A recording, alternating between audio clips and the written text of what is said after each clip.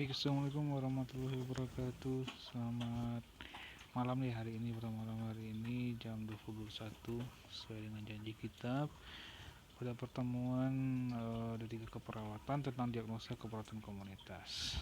Baik, sebelumnya tugas-tugas sudah barangkali dikumpulkan. Ini kita akan membahas tentang pembenaran dari diagnosa keperawatan komunitas yang akan kita laksanakan pada hari ini.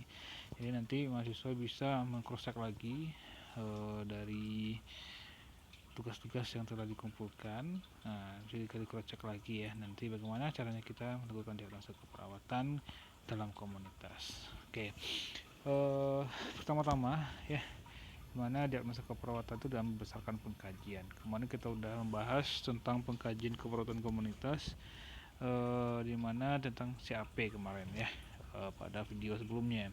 Jadi mahasiswa bisa menerapkan ada dalamnya yaitu inti komunitasnya juga ya. Di sana apa yang perlu dikaji, kepada siapa kita melakukan pengkajian, sehingga nanti data-datanya bisa kita kumpul, kita satukan, dan nanti kita akan menjadikan satu diagnosa keperawatan. Jadi sekarang kita membahas tentang diagnosa keperawatan ya. Baik, jadi untuk sebelum kita melakukan diagnosa keperawatan, tentu kita sesuai dengan tadi kita katakan bahwasanya kita melakukan pengkajian ya, kemana ada ke individu di sini, ada ke keluarga ya, dan juga ada ke masyarakat ya. Oke, sekarang kita ke keluarga ke individu dulu. Jadi dalam komunitas itu yang menjadi pasien kita itu adalah individu, selanjutnya juga keluarga, dan juga tentunya masyarakat. Jadi nanti ketika kita aplikasi di lapangan, kita langsung pengkajian baik itu ke individu, apakah nanti ke masyarakat maupun ke keluarga. Oke, pertama untuk pengkajian ke individu, tentunya pengkajian ya anamnesis seperti kita pemeriksaan.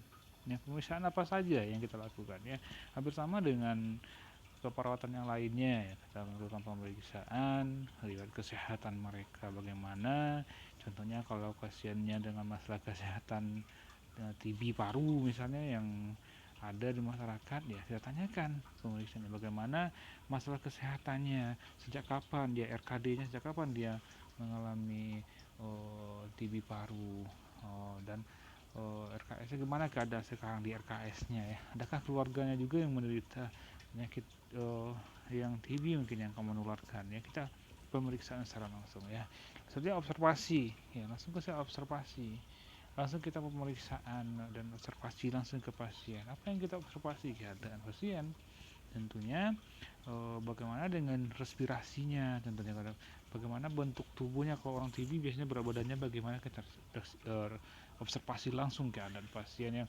terkait dengan masalah kesehatannya ya kalau di individu. Selanjutnya respon klien dan hasil pemeriksaan penunjang. Tentu ada dia hasil pemeriksaan penunjangnya, misalnya BTA-nya bagaimana, hasilnya bagaimana dari puskesmas atau dari rumah sakit, pemeriksaan ronsennya bagaimana, itu ditanyakan kepada pasien, sehingga nanti dalam pengkajian itu lengkap semuanya, kita godok dari satu di analisa data menjadi data objektif dan data subjektif, dan akan menghasilkan suatu masalah kesehatan apa yang dialami oleh pasien kita. Oke, mungkin yang baru bagi mahasiswa itu bagaimana kita pengkajian kepada keluarga dan juga masyarakat. Karena khususnya komunitas, tentu seperti kita ketahui tadi bahwasanya masalah pada pasien ini, pada komunitas itu ada keluarga, ada masyarakat, ada juga individu, bahkan juga ada kelompok sebenarnya. Oke, kita masuk juga kepada keluarga. Di keluarga ini tentu kita melakukan wawancara langsung kepada keluarga yang kita bina atau yang memang menjadi tempat kita melakukan intervensi keperawatan.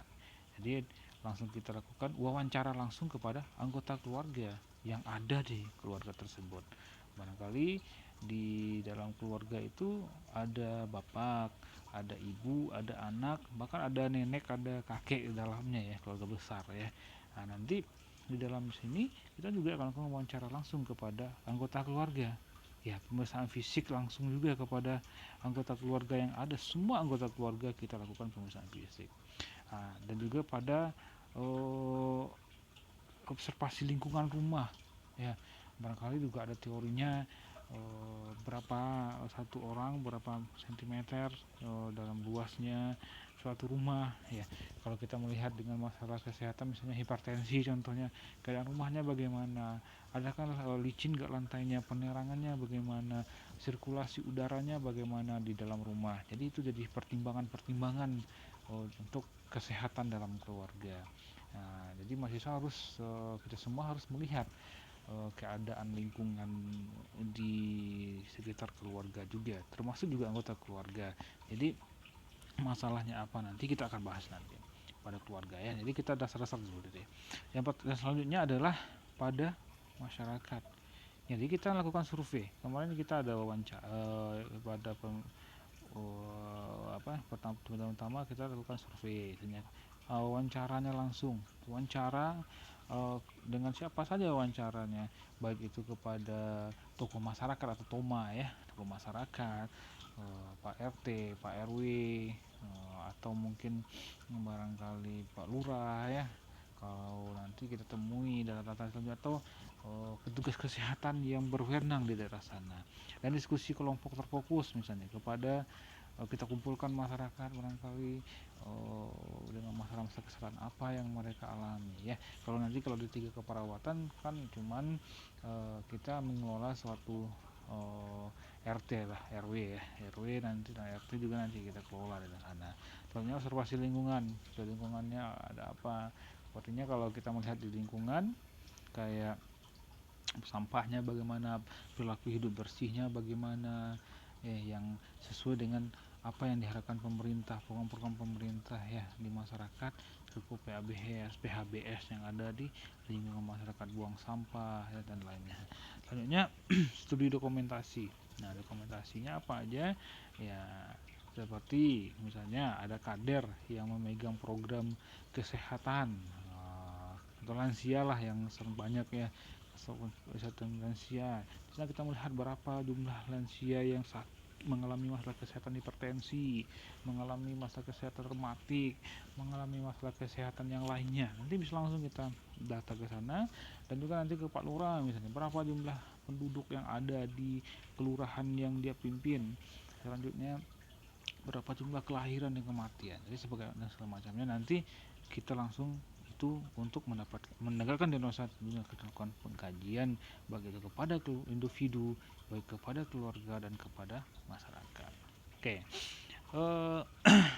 Setelah kita melaksanakan pengkajian, maka yang dilakukan analisa data, baik data subjektif yang kita bilang tadi maupun data objektif dari individu, dari keluarga dan komunitas. Nah, jadi nanti itu harus kita kumpulkan, harus kita jadikan satu, apa sih permasalahan yang ada di masyarakat. Jadi bedanya kita dengan keperawatan yang lain, tentu kalau perawatan kita punya instrumen yang berbeda, ya, dengan keperawatan KMB, komunitas juga punya cara yang berbeda juga, karena sesuai dengan kemarin kita perkuliahan pertama atau pertemuan pertama, bahwasanya kita melakukan pengkajian berdasarkan teori-teori keperawatan yang ada. Oke, mungkin barangkali paham dalam hal ini bagaimana melakukan kita pengkajian baik individu, keluarga, dan komunitas. Oke.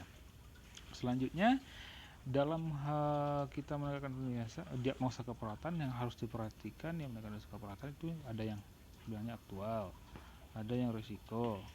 Nah, kalau di komunitas ada promosi kesehatan dan ada diagnosa sindrom. Ya, nanti di mahasiswa udah tahu lah aktualnya bagaimana, ya. Yang berisiko bagaimana, promosi kesehatan bagaimana, diagnosa sindrom. Nanti kita bahas satu. Pertama, contoh pada diagnosa yang aktual yang memang dirasakan langsung oleh masyarakat, yang berisiko, ya bagaimana yang berisiko yang akan terjadi nanti. Nah, nanti kita juga akan ada promosi kesehatan yang kita berikan dan diagnosa sindrom. Sebenarnya contoh diagnosa keperawatan individu, nah ini hampir sama semuanya dengan keperawatan yang lain, ya, yang dirasakan kemudian individu. Kalau KMB, ya, juga hampir sama nanti masalah kesehatannya apa, misalnya tidak kepatuhan, ya, tidak seimbang nutrisi kebutuhan tubuh, persiapan untuk mengatasi nutrisi, ada juga obesitas, ya, risiko tidak seimbang elektrolit, risiko gangguan fungsi hati, keputusasaan, diare, dan lain-lainnya. Jadi nanti mahasiswa bisa melihat dari pengkajiannya itu mana yang paling bermasalah pada individu, misalnya contohnya pada yang aktual, misalnya yang mana ya, yang aktual, misalnya barangkali yang aktual ya kepatuhan, misalnya kepatuhan seperti apa, contohnya kepada pasien yang mengalami masalah kesehatan TB yang tidak mau melakukan pengobatan, jadi ketidakpatuhan dalam proses pengobatannya. Jadi dilakukan pengkajian secara mendalam kepada pasien, kenapa, misalnya barangkali kenapa tidak patuh dan apa yang dilakukan, dan selanjutnya mungkin dari diagnosa keperawatannya bisa dilakukan promosi kesehatan, mungkin dia tidak tahu bagaimana proses pengobatan dan bagaimana kalau putus obat, ya seperti itu. Selanjutnya keperawatan keluarga lagi, ya, diagnosa keperawatan keluarga. Jadi pada diagnosa keperawatan keluarga ini, ketika kita mau menegakkan diagnosa itu ada penscoringannya, ada skornya. Nah, barangkali ini udah belajar mahasiswa di keperawatan keluarga. Nah, tetapi kita akan ulas lagi, ya. Jadi di sini ada diagnosa keperawatan wellness. Yang wellness ini yang sehat, ya. Ada sifat masalah, ada yang sifat masalah, ada kemungkinan masalah dapat diubah, ada potensi masalah yang dapat dicegah, ada menonjolnya suatu masalah. Contohnya sifat masalahnya wellness, yang kesehatan, ya. Jadi ada skornya 3, yang aktual juga ada 3 di sini, yang risiko 2, potensial 2, dan bobotnya di sini 1. Selanjutnya kemungkinan masalah dapat diubah, misalnya mudah, itu ada skornya 2 dan bobotnya 2. Yang ketiga potensi masalah yang dapat dicegah dengan yang kalau tinggi ya 3. Bentar, potensi masalah dapat tinggi 3 poinnya. Oke, yang cukup ada 2 dan rendah ada 1. Kemudian masalah ada segera, ya, ada yang tidak perlu, tidak dirasakan, itu 0. Oke, bagaimana cara penghitungannya? Dan itu yang pertama, tentukan skor untuk setiap kriteria. Contohnya pada pasien dengan masalah kesehatan yang sering adalah TB misalnya, dengan kriteria masalahnya sangat berisiko untuk penularan. Nah, berarti nanti ada skornya 2. Nah, ya, dan kita melihat tadi skor, ada tentukan skor untuk setiap kriteria. Yang pertama itu adalah sifat masalah, ya, yang di sini kita melihat risiko adanya penyebaran infeksinya. Jadi skor selanjutnya sudah kita tentukan skor dibagi dengan angka tertinggi, maksudnya dengan makna angka tertinggi dikalikan dengan bobot. Jadi skor tadi yang ada di sini berarti 2 dibagi dengan angka tertinggi 3 dikali 1, berarti itu dia. Nah, jadi jumlah skornya untuk semua kriteria juga seperti itu. Contohnya kemungkinan dapat diubah, barangkali dia pada orang TB itu mudah untuk berubah. Kenapa? Karena dia mau mendengarkan saran-saran dari petugas kesehatan. Berarti dia angkanya 2/2 dikali bobotnya 2. Nah, jadi seperti itu nanti ketika kita mengangkat diagnosa keperawatan pada keluarga, ya.